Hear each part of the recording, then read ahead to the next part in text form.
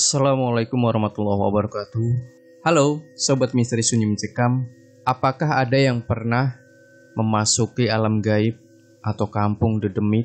Ya, mungkin salah satu di antara Anda ada yang pernah mengalami hal tersebut. Masuk ke alam dedemit. Ada yang bisa pulang, namun ada yang raib, tidak bisa pulang untuk selamanya. Nah, seperti kisah yang sudah kami siapkan untuk Anda, sebuah kisah nyata misteri yang berjudul Kampung Dedemit. Ini kejadiannya sekitar tahun 2012-an, waktu aku masih SMA. Jadi aku waktu SMA itu punya geng-geng gitu ya. Ya biasalah, kayak rombongan-rombongan yang lain, sukanya ngumpul. Dan kebetulan waktu itu lagi gak ada guru. Obrolan dimulai dari Nadia yang nyeritain soal kakaknya yang katanya diganggu sama genderuwo. Sampai mereka harus manggil orang pinter buat ngusir itu demit. Terus dilanjut sama Aldi, temen satu mejaku. Si Aldi cerita soal gimana caranya manggil dan ngusir makhluk halus. Lama cerita soal gini-ginian, si Nadia terus nantang aku dan yang lain buat main jelangkung. Ya awalnya aku nolak dengan alasan males. Soalnya aku juga pas SMP pernah iseng main jelangkung sama temenku. Cuma ya gatot alias nggak ada apa-apa. Karena terus dipaksa, aku akhirnya ikut. Singkat cerita, kita akhirnya mutusin untuk main jelangkung di rumah tua neneknya si Nadia ini. Rumah neneknya ini lumayan jauh dari kota. Butuh 2 jam untuk akhirnya sampai ke kampung, dimana aku sama rombongan bakal nginep. Yes, mau nggak mau kudu nginep, karena mainnya malam. BTW, kita sendiri ada 6 orang termasuk aku, 4 cowok dan 2 cewek. Pas sampai, yang aku lihat cuma rawa di kanan kiri, rumah penduduk yang jaraknya kayak orang musuhan, dan makin ke dalam malah makin sepi dan hutan. Nama daerahnya sendiri itu Lebak Murni atau Rawa Bersih. Awalnya aku pikir namanya gitu ya, karena tempatnya asri. Gak taunya ini nama baru daerah ini. Aku dikasih tahu kalau daerah itu disebutnya Kampung Antu atau Kampung Demit. Dulu banyak orang luar daerah yang datang cuma buat pesugihan atau cari wangsit. Ya pokoknya buat nambah rezeki gitulah. Barulah setelah itu diganti supaya orang luar nggak tahu di mana Kampung Demit ini buat ngadain pesugihan lagi. Sampai di tujuan kita langsung beres-beres ruang tamunya. Karena udah lama nggak ditinggalin ya udah pasti banyak debu dan kotor. Plus kita juga rencananya mau main di ruang tamu. Kelar beres-beres, kita pun mutusin buat makan. Dan kita dikasih tahu tempat warung bakso yang terkenal di daerah ini. Nggak jauh sih, cuma 100 meteran aja udah sampai di warungnya. Pas sampai, mataku langsung tertuju ke nama warungnya, Bakso Setan. Pedes nih pasti, pikirku waktu itu. Nggak banyak mikir, kita pun masuk serombongan dan mulai mesen. Dan bener saja, emang bakso spesialis pedes-pedesan. Bakso pun sampai di meja. Awalnya nggak ngerasa ada yang aneh. Cuma pas aku sama temen-temenku lagi sibuk ngeracik kuahnya, tiba-tiba dari arah dapur muncul sesosok berkain putih yang lengannya terikat satu badan. Ya, apalagi kalau bukan pocong. Kaget bukan kepalang, aku pun noleh pura-pura gak lihat. Si pocong mulai gerak dan mendekat ke arah temanku dan berdiri di sampingnya. Terus nunduk dan ngeludahin baksonya. Dan aku cuma diam ngeliatin. Kelar kagetnya? Tentu tidak. Kali ini muncul pocong-pocong yang lain. Entah ada berapa banyak. Iya kali aku gak ngitung ya.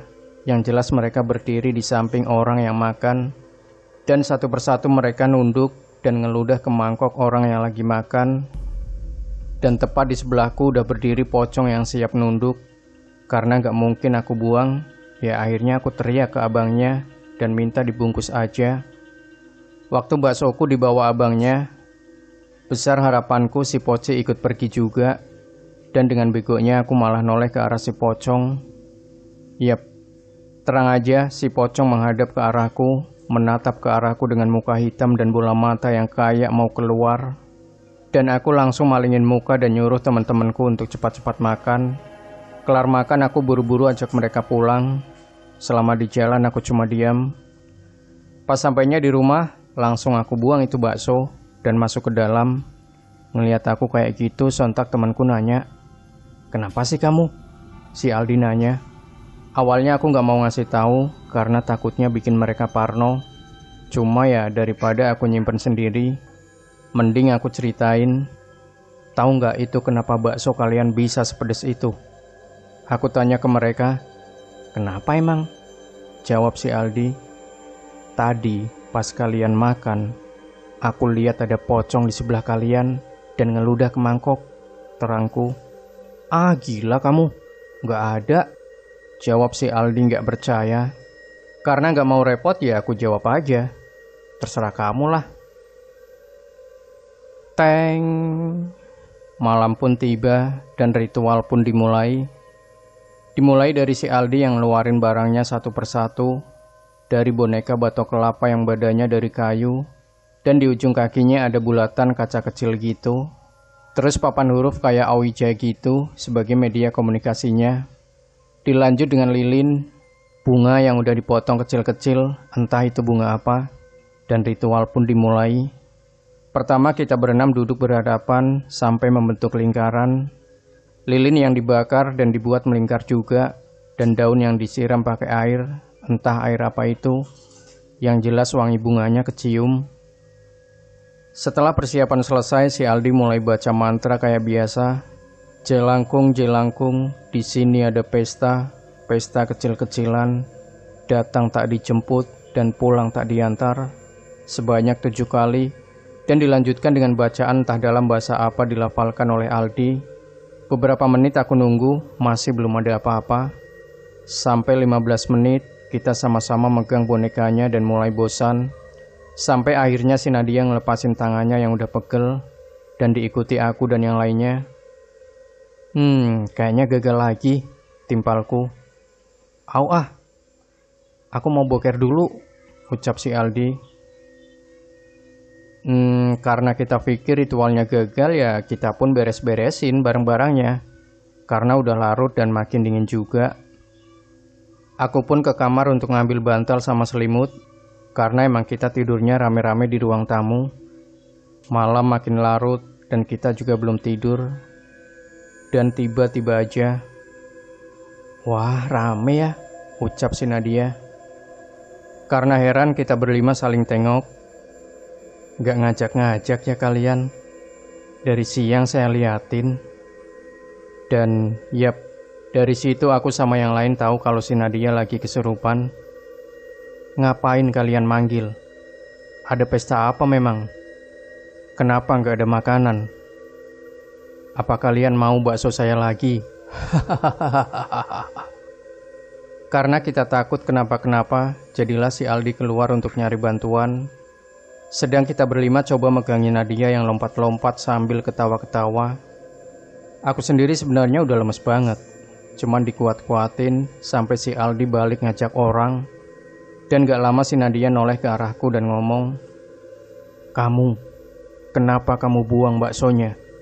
Tahu gak kamu susahnya tuan saya buat itu? Mau kamu jadi kayak saya?"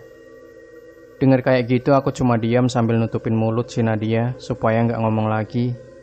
Dan sampai akhirnya si Aldi balik ngajak tetangga sebelah. Dan kita pun disuruh buat bacain ayat kursi ke telinganya Nadia. Dan si Nadia sendiri mulai berhenti lompat dan jatuh pingsan. Dan nggak lama dari situ kita diajak buat nginep di rumah Ustadz di sana. Besok paginya kita langsung buru beres dan langsung cabut dari kampung itu. Dan sampai sekarang nggak pernah balik lagi ke sana. Demikian Sobat Misteri Sunyi Mencekam.